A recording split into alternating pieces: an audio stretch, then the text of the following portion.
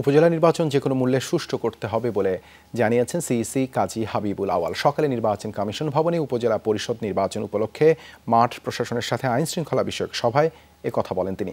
এ সময় সুষ্ঠু ভোটের পরিবেশ নিশ্চিতে প্রশাসনের প্রতি নির্দেশ দেন সিইসি।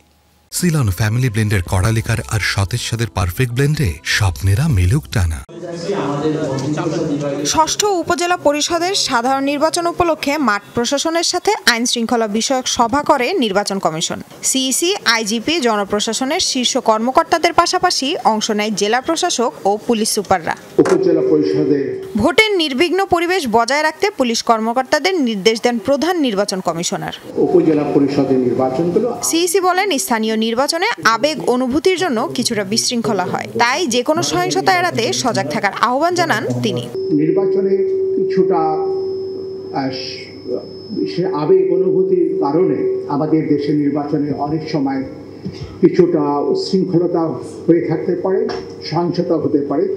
এগুলো যেন না হয় সেদিকটাও আমাদের দেখতে হবে। নির্বাচনটা যাতে আবার হয়, যারা ভোটার তারা যেন এসে নির্বিঘ্নে ভোট প্রদান করে আবার নির্বিঘ্নে বাড়ি ফিরে যেতে পারেন। পরে মাঠ পর্যায়ে প্রশাসনের প্রস্তুতি ও সহযোগিতা নিয়ে আলোচনা হয়। প্রায় 3 ঘন্টা ধরে চলে সে বৈঠক। যে কোনো মূল্যে নির্বাচনটা নির্বাচন, এই জিনিসটা আমাদের বুঝতে হবে। যদি এই ক্ষেত্রে আমরা ব্যর্থ হই তাহলে আমাদের যে গণতন্ত্রের যে অগ্রযাত্রা, যেটা দৃষ্টান্ত আপনারা প্রতিষ্ঠিত করেছেন সাধারণ নির্বাচনে, সেটাও ক্ষুণ্ণ হয়ে যেতে পারে। যে আমরা আশা করব আগামীতে আমাদের প্রত্যেকটা নির্বাচন সুন্দর সুষ্ঠু হবে। বৈঠক শেষে ইসি সচিব জানান, ভোট সুষ্ঠু করতে প্রতিটি উপজেলায় 2 থেকে 4 প্লুটুন বিজিবি মোতায়েন করা হবে।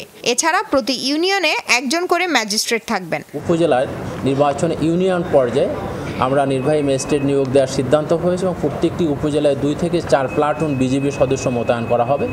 এছাড়াও আইনশৃঙ্খলা রক্ষার জন্য যদি কোনো জেলায় অতিরিক্ত জনবলের প্রয়োজন হয় সেটাও নির্বাচন কমিশন দিতে সম্মত হয়েছে। লামিয়া তিথি, যমুনা নিউজ, ঢাকা।